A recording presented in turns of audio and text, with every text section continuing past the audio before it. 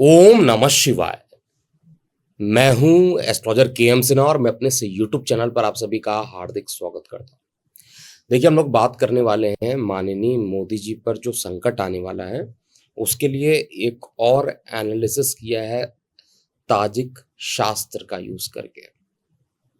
मैं फिर से रिपीट कर रहा हूं, ताजिक शास्त्र, जिससे हम लोग वर्षफल को कैलकुलेट करते हैं। वैदिक ज्योतिष में मैं कई बार बता चुका हूं कि वर्षफल जो होता है वो 1 जनवरी से नहीं होता है। जो आपका बर्थ डिटेल होगा उसके करस्पॉन्डिंग जो सूर्य का भोगांश जितना होगा, उसी पर जो नया चार्ट बनेगा उस वर्ष का, वो आपका नया चार्ट जो होगा वो वर्षफल बनेगा। और जितनी भी दशाएं अंतरदशाएं, चाहे विंशोत्तरी हो चाहे वो मुद्दा दशाएं हों, उन सभी चीज़ों को हम लोग कैलकुलेट करते हैं। देखिए, थोड़ा उर्दू वर्ड है ताजिक, लेकिन बहुत ही महत्वपूर्ण है, इसको आपको समझना चाहिए।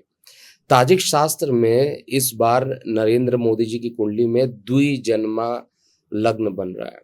अब ये द्विजन्मा लग्न क्या होता है, इसको समझिए। जब किसी की कुंडली में, मान लीजिए किसी का लग्न जो है, उदाहरण के लिए हम मोदी जी की कुंडली को ही लेते हैं।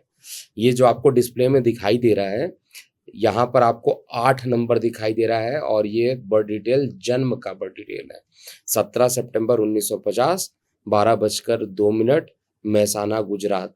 तो ये जो चार्ट आपको दिखाई दे रहा है, ये माननीय मोदी जी का चार्ट है। और आपको दिख रहा होगा ऊपर 8 नंबर लिखा हुआ है, जहाँ पर लग्न को देखा जाता है। तो 8 नंबर लग्न हो गया। इसके अलावा अगर हम बात करते हैं वर्षफल जो हम निकाल रहे हैं, तो वर्षफल को निकालने का एक मेथड होता है, लेकिन अभी हम वर्षफल का चार्ट आपको दिखा रहे हैं। तो बगल में आपको एक वर्षफल का चार्ट भी दिखाई दे रहा होगा। इस वर्षफल का चार्ट जो है, जो कैलकुलेट किया गया है 17 सितंबर 2024, ये 2024-25 के लिए इनका वर्षफल रहेगा। और जो टाइमिंग है 11:26 और बर्थडे सेम ही रहता है, मेहसाना गुजराती रहेगा। अब दोनों चार्ट में देखिएगा तो लग्न सेम हो गया, 8 नंबर उधर भी दिख रहा है, 8 इधर भी दिख रहा है। इसको द्विजन्मा लग्न कहते हैं। ऐसा नहीं पहली बार मोदी जी की कुंडली में द्विजन्मा लग्न है, लेकिन ये कहा जाता है ताजिक शास्त्र में, जब हम वर्षफल की गणना करते हैं, वैदिक ज्योतिष के अंतर्गत ही ताजिक शास्त्र आता है। इसमें हम लोग ये जरूर कैलकुलेट करते हैं कि जब भी कभी द्विजन्मा होता है, इसका मतलब एक बार जन्म से कुछ ना कुछ प्रॉब्लम होगा और एक प्रकार से नई जिंदगी मिलना। आपने कई बार सुना होगा कि एकदम मरते मरते आदमी बचता है और नया जन्म होता है उसका। तो द्विजन्मा लग्न का इम्पोर्टेंस यहाँ पर है। इससे पहले भी अगर आप इंदिरा गांधी जी की कुंडली का एनालिसिस करेंगे, तो आपको ताजिक शास्त्र से पता चल जाएगा कि उनका जो वर्ष बना था जिस समय उनकी हत्या हुई थी, वो द्विजन्मा वर्ष लग्न था। अब क्वेश्चन ये उठता है, और ये बहुत सीरियस क्वेश्चन है, कि क्या वर्ष 2025 में किसी प्रकार की किसी प्रकार का कोई हमला होगा मोदी जी के ऊपर, या इनके स्वास्थ्य में किसी प्रकार की परेशानी होगी। तो आपने पुराने वीडियो में ज़रूर देखा होगा कि स्वास्थ्य संबंधित परेशानी जून से लेकर सितंबर 2025 तक दिखाई दे रहा है, और इनके जो सहयोगी दल हैं, वो भी एक बार इनसे अलग होने की कोशिश करेंगे। ये भी ऑलरेडी बताया जा चुका है। लेकिन अब आगे क्या करना है उसको आपको यहाँ पे समझना है।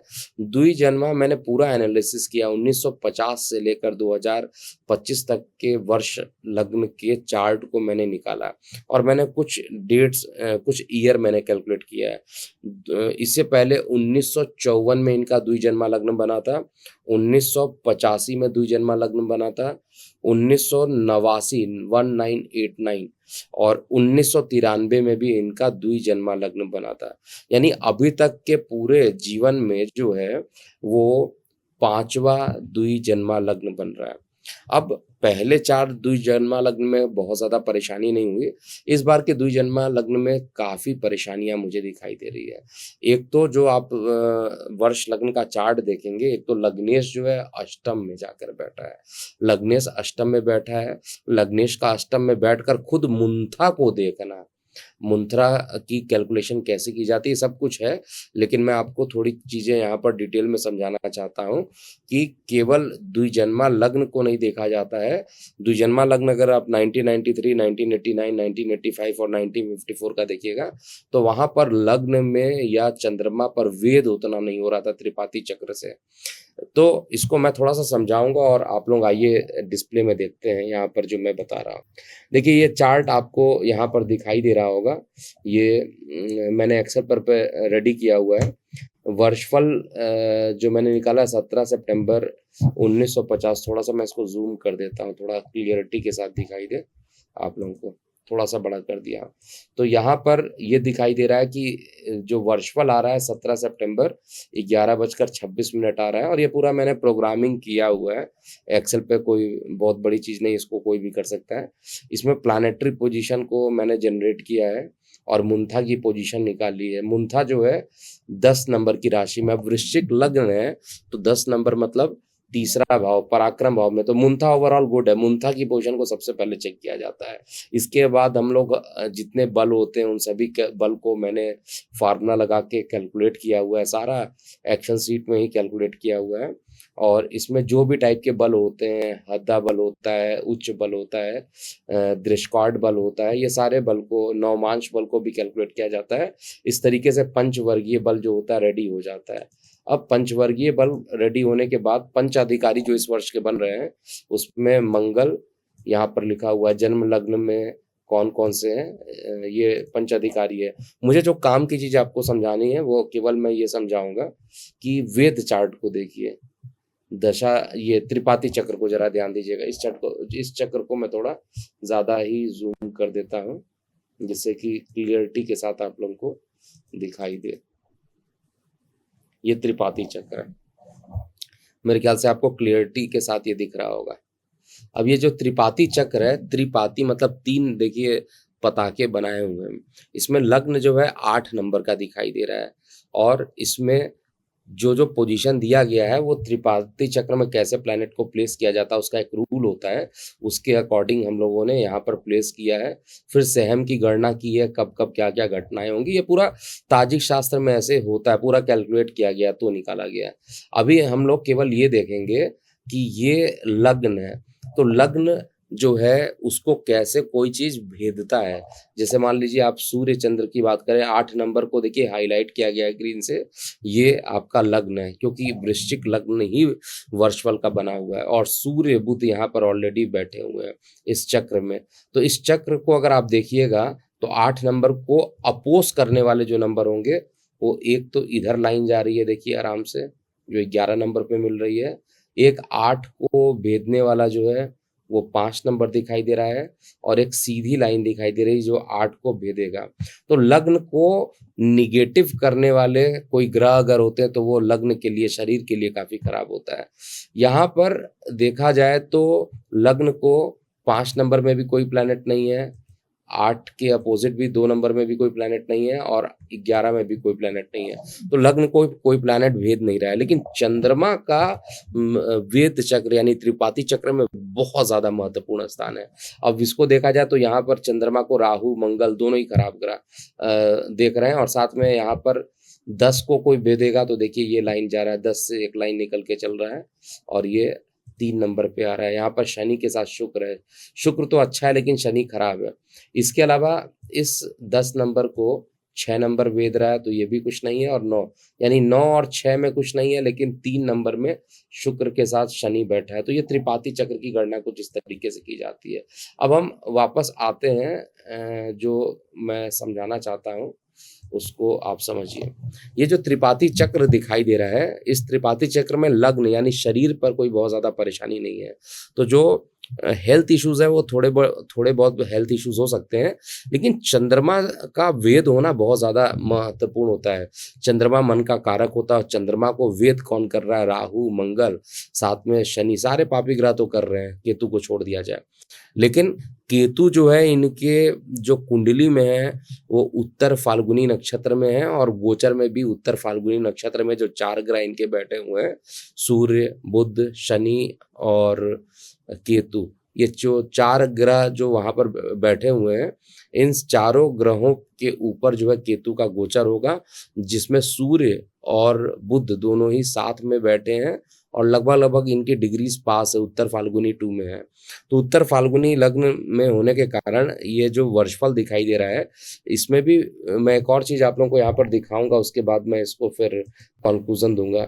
यहाँ पर फिर अगर हम देखते हैं वर्षफल का पोजीशन को देखते हैं, ये विंशोत्तरी दशा जो चलेगी।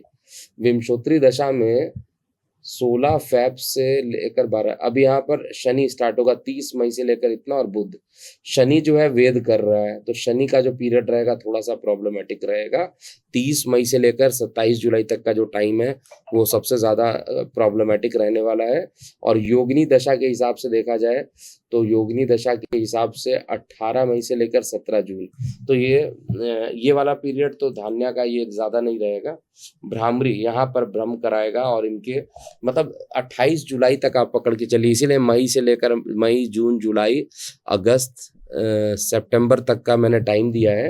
ये इनके त्रिपाती चक्र से भी कैलकुलेट हो रहा है और इनके द्विजन्मा लग्न से भी क्लियर हो रहा है। देखिए मुंथा का पोजीशन स्ट्रांग है, लेकिन मुंथा को लग्नेश अष्टम में बैठकर मुंथा को देख रहा है, वो एक खराब है। और दूसरा इनका जो भेद हो रहा है वो चंद्रमा पर भेद होना बहुत महत्वपूर्ण होता है। तो चंद्रमा मन का कारक है, कुछ ऐसी घटनाएं घटित हो सकती हैं जिनके कारण मानसिक रूप से परेशान रहे, ऐसी सारी घटनाओं से आप इनकार नहीं कर सकते हैं। तो स्पष्ट रूप से जो गणना है मैंने किया है उसको आप लोगों को दिखा दिया है। और सारांशता मैं यही बोलूँगा कि ये समय, आने वाला जो समय रहेगा, जिसमें बहुत सारे ग्रह भी चेंज होंगे, और जो वर्चुअल ताजिक शास्त्र का जो रूल है उसके अकॉर्डिंग भी मैंने देख लिया, त्रिपाती चक्र से भी देख लिया, द्विजन्मा लग्न से भी देख लिया, और विंशोत्तरी दशा से भी देख लिया, चर दशा से भी देखा है। हर तरीके से कैलकुलेट करने पर मुझे यही दिखाई दे रहा है कि थोड़ी सी प्रॉब्लमेटिक है। इसलिए 17 सितंबर 2025 में जो नया चार्ट बन रहा है वो कंपैरेटिवली स्ट्रांग है। तो 17 सितंबर जो इनका जन्मदिन भी होगा मोदी जी का, तब तक जून से लेकर मई से लेकर सितंबर तक का टाइम जो रहेगा थोड़ा चैलेंजिंग होने वाला है। बाकी देखिए जो भी होना है भगवान की कृपा से ही होना है। कोई किसी को निगेटिविटी ना हो, ऐसी मैं कामना करता हूँ। और आप अपनी प्रतिक्रिया कमेंट सेक्शन में ज़रूर लिखिएगा। डिटेल एनालिसिस किया था, इसलिए कुछ जगह हो सकता है जो मैं समझा रहा हूँ आपको बाउंस कर रहा हो, क्योंकि थोड़े एस्ट्रोलॉजिकल जो होते हैं उसको मैंने पूरा एक्सेल में ही पूरा बना लिया है, जनरेट किया हुआ है, और वहाँ से मैं आसानी से चेक कर लेता हूँ। तो मुझे पता चल गया कौन-कौन से ईयर्स जो हैं इनके लिए खतरनाक हो सकते हैं, जिसमें से पहले के 4 वर्ष में कुछ नहीं हुआ, इस 5वें वर्ष में काफ़ी परेशानियाँ हैं। लेकिन इसके बाद की जो चीज़ें रहेंगी, वो ऐज का धीरे-धीरे इफ़ेक्ट जो 85 के आसपास होगा, ऐसा मुझे दिखाई दे रहा है। लेकिन स्वास्थ्य को लेकर, मानसिक स्वास्थ्य को लेकर थोड़ी परेशानियाँ ज़्यादा रहेगी, और चंद्रमा जो होता है ब्लड का कारक भी होता है, तो थोड़ा-सा ब्लड इन्फेक्शन होना, किसी प्रकार की परेशानी होना, ये भी निकल रहा है। तो देखिए जो सत्य है उसको एक्सेप्ट करना पड़ेगा, ये चार्ट में आ रहा है। लेकिन इसके कारण क्या मोदी जी गद्दी छोड़ के योगी जी को बनाएँगे? ये भी एक प्रेडिक्शन मैंने दिया था कि 2025 में योगी जी को आना है। तो हो सकता है, ऐसी प्रोबेबिलिटी मना नहीं कर सकते हैं, कुछ दिन के लिए योगी जी प्रधानमंत्री के पद पर आएँ। लेकिन ये बहुत मुश्किल टाइम हो सकता है, लेकिन जो सत्य है उसको बताना ज़रूरी है। तो अभी के लिए इतना ही। मैं हूँ एस्ट्रोलॉजर के एम सिन्हा। आप अपनी प्रतिक्रियाएँ कमेंट सेक्शन में लिखिएगा। ओम नमः शिवाय।